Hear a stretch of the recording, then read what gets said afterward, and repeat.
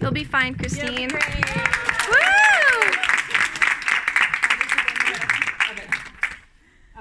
Ramadan Mubarak to all of you. I'm so excited to be here tonight, meeting a lot of wonderful new people, and thank everyone for being here. This is a really cool event, and I'm glad so many people came. So my name is Christine, you already know that. And I have been volunteering with Studio 89 now for about a year. And in that time, I've been exposed to so many wonderful people doing all these wonderful things with so much passion, and it's really awesome. I just moved to Mississauga before that, and it was really awesome to find new friends and get to know the city. So it's a really amazing place to go. And if you haven't been, you should go and buy a coffee and a vegan donut. So my personal passion is helping people transition to a vegan lifestyle and teaching them about the health benefits of a plant-based diet. Can you hear me? I don't want you to hear me. No, you have good things to say. You're doing great. You're doing great. Yeah.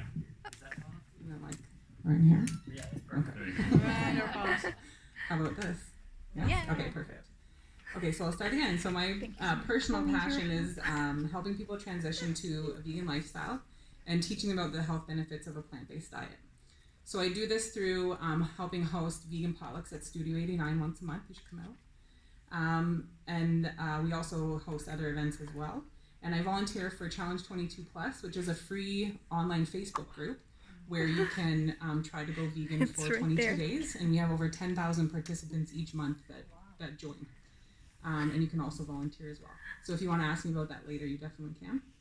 And I also help people change their eating habits through my home business, which is called The Plant Life Canada. So many of us in this room tonight have probably had our lives affected by some of the world's top killer diseases, such as heart disease, cancer, stroke, and Alzheimer's.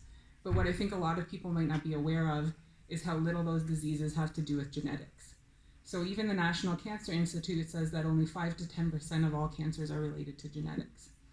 However, studies such as the China study, which is a decades-long research project involving hundreds of thousands of subjects, show that compared to genetics, improper diets actually account for 30 to 40 times more cancers.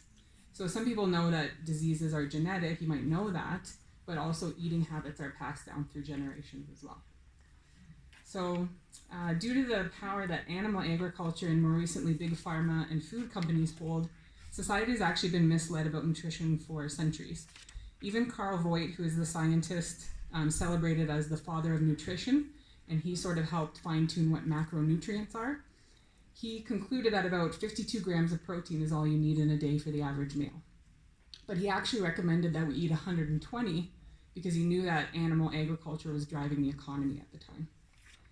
So the amount of protein we need actually depends on our body weight, and then it's scientifically compiled with all the other nutrients you need into the EAR, which is the estimated average requirement. So for protein, that's about 5 to 6% of your calories per day. The National Health Ministries, the World Health Organization, they take into account some deviating factors, and they create the RDA, which is your recommended daily allowance. So it's usually a little bit higher, so they're averaging it out to 8 to 10%. So this is about 48 grams for a woman and 56 for a male. Yet all of the best diet advice of the last few decades, I'm gonna go with that. I don't think there's been diet advice for that long. So they're telling us to actually grossly limit our carbohydrate intake and massively increase protein and fat. So not only diets like those or the keto diet, extremely detrimental to our own health, they're also cruel to animals, and they are actually massively destructive to the environment as well, which affects everybody. So one of the slides up here, that's not up here now, it was up here before. It wasn't supposed to be on, I'm just referencing it. So it shows that 100 grams of beans actually gives us 22 grams of protein. So that's about half as much as you need in the day. But it has no cholesterol and very little fat. So you can see how with just 100 grams of beans, you can get enough protein that you need in the day. And there are hundreds of studies actually. The China study has a lot of them listed in it that shows significant proof that excess protein, and especially animal-based protein, can actually promote the growth of cancer. So just something to think about when you're getting your protein for the day.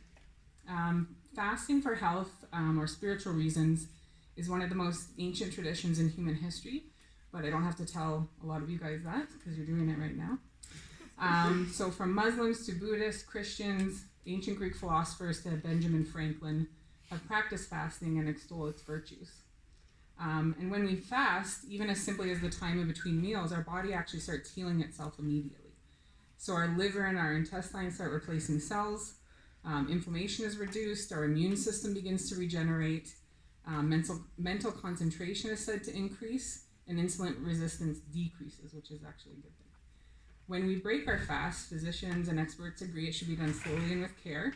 So a small piece of food like a date, and water, and then a little bit of a larger portion after. But if we break our fast with meat and dairy products, we're showering these cells with saturated fat and cholesterol. So meat and dairy are also very inflammatory foods. 3 ounces of chicken, which is just about the size of a deck of cards, actually has 10% of our total fat for the day and 53 milligrams of cholesterol. So it's quite a lot. And our bodies create all the cholesterol we need, so we actually don't need any dietary cholesterol whatsoever. Beef, on the other hand, has 6 grams of saturated fat and 90 milligrams of cholesterol. So there's a little music guy over there. So it has a lot of cholesterol as well, which we actually don't need. But for example, if we eat a meal full of whole grains, fresh fruit, and vegetables like we're going to eat tonight to break our fast, we're only flooding our bodies with antioxidants, fiber, water, vitamins, minerals, no cholesterol at all, very little fat, and virtually no inflammation. So I've also been learning from my friends and researching online all about Ramadan, and I've come to learn that it's a time of purification of the body and the soul. So again, it's a month focused on gratitude, compassion, and remembering and caring for those who are less fortunate. So with love in my heart, I feel like the whole world can help show their own bodies compassion all year long by feeding themselves with nutritious and healing food. And in the process, we're also showing the greatest compassion of all by avoiding the death of any other creatures if we're eating a vegan diet. Thank you.